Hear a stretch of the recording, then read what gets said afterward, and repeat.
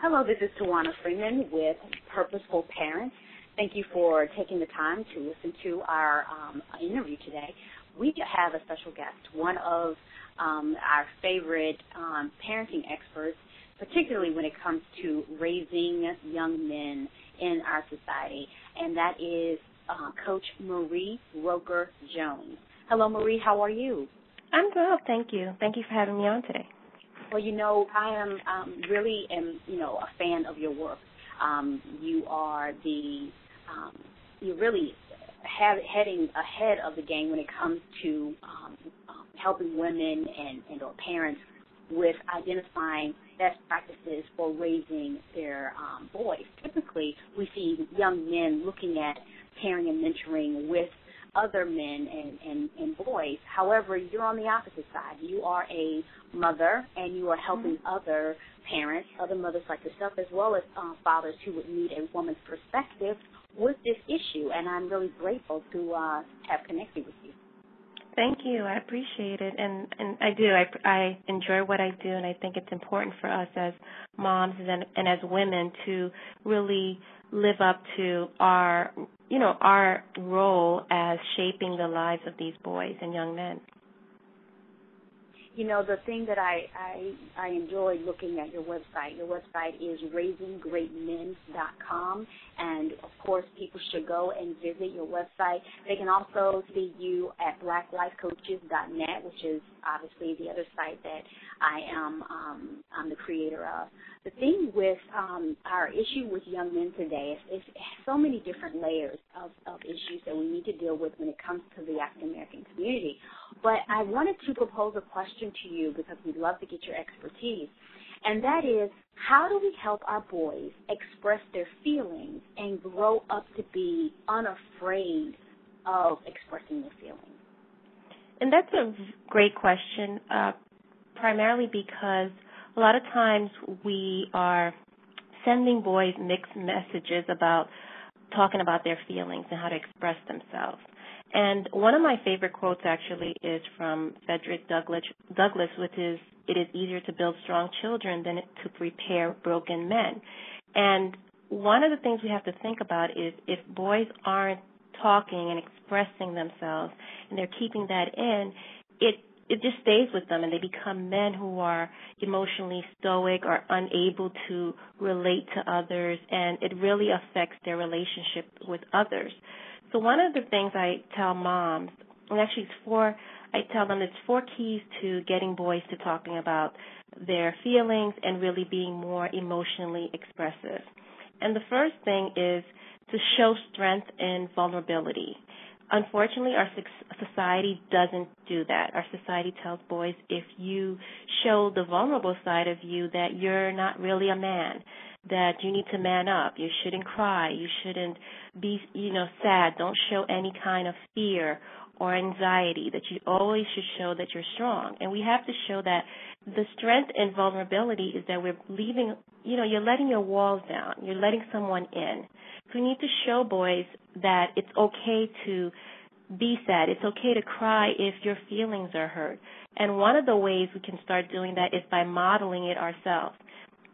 Moms and dads, we can't just say that it has to be a man that has to model this. But even as moms, a lot of times we tend to pretend that we're okay, everything's fine, we're strong, we can handle this.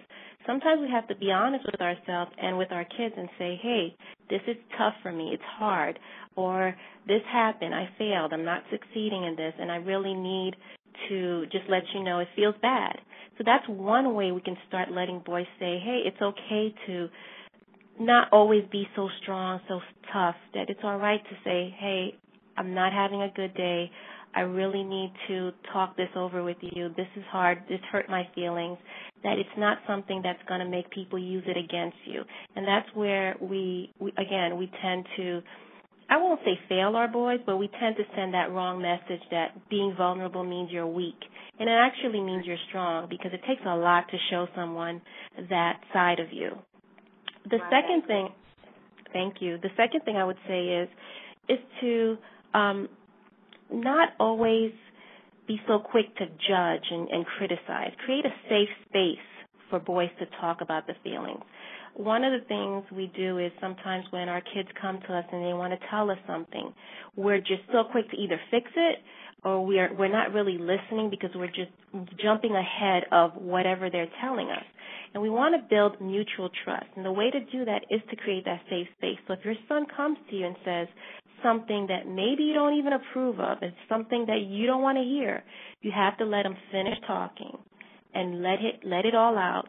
And then when he's done, you can ask him, hey, do you want my advice? Do you want a suggestion? What can we do to fix this? The way we tend to do it is our sons come to us and say, hey, I did this, or something happened at school, and I don't know how to tell you this. And we're just so quick. How could you do that? What were you thinking?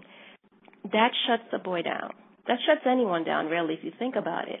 So we really want to create that space where they're talking, we're listening, and it's kind of like we're taking the journey with them. As they're telling us their story, we're taking that journey with them, and we're there right with them as they're telling us as it unfolds, as opposed to not really listening but jumping ahead to give them the answer, the solution. Because sometimes they don't want a solution. Sometimes they just want somebody to listen.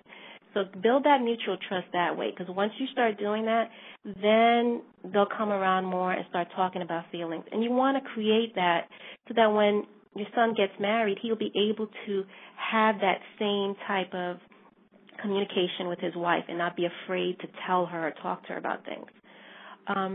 The third thing I would say is, and this is kind of out there, but it's use Socratic questioning. And what that is these are questions, and oftentimes they're used in schools where you get kids to think more, think deeper about maybe something that they're reading, a book that they're reading. And you can use the same type of questioning in your communication with your son. So as opposed to asking closed-ended questions like, how was your day?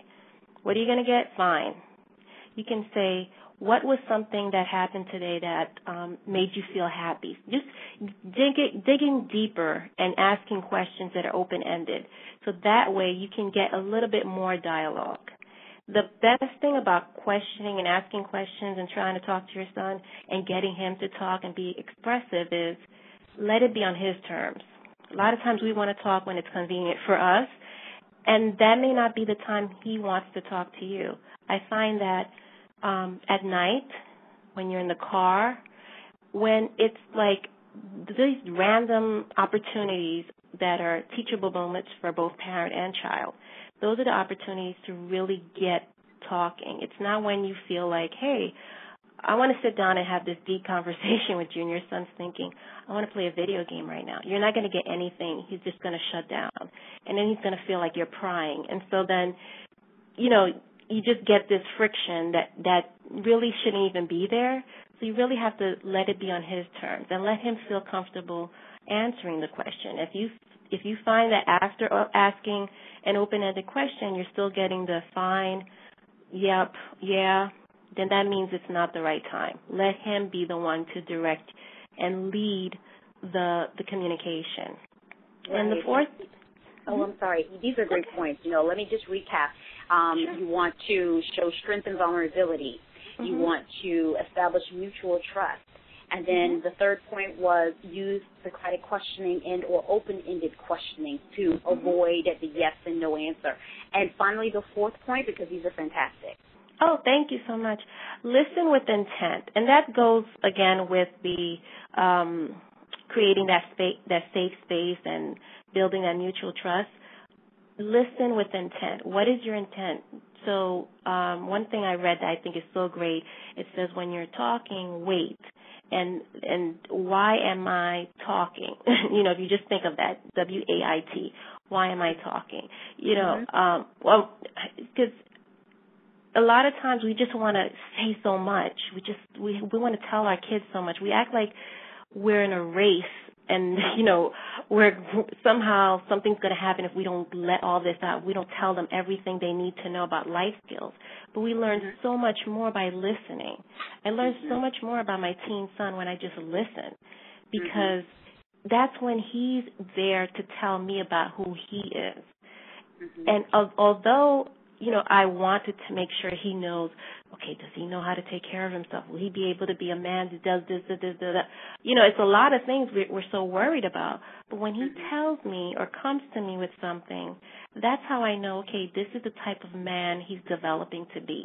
And how can we guide him? How can we support him?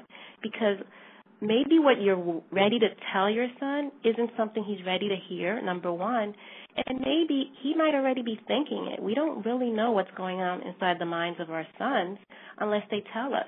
So if we're so quick to assume that if we don't tell them stuff, they're going to become procrastinators, they're not going to get into the right college, they're not going to do the things they need to do in life, we're missing a golden opportunity to get to know who they really are. And that's really listening, again, with intent. You just can't just want to talk all the time. You have to listen and say, okay, this is who my son is. This is what he's trying to tell me. This is what he's going through. I didn't know that.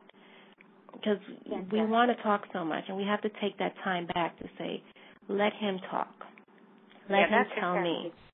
And all your points are excellent, and I know that there are parents out there listening who absolutely can apply these 4 key steps or actions. These are easily applied and adjusted in our lives. Just again, it's about becoming our best self, becoming a better parent, and these are things that we can easily adjust without having to have too much dialogue with anybody else or having consensus from outside groups.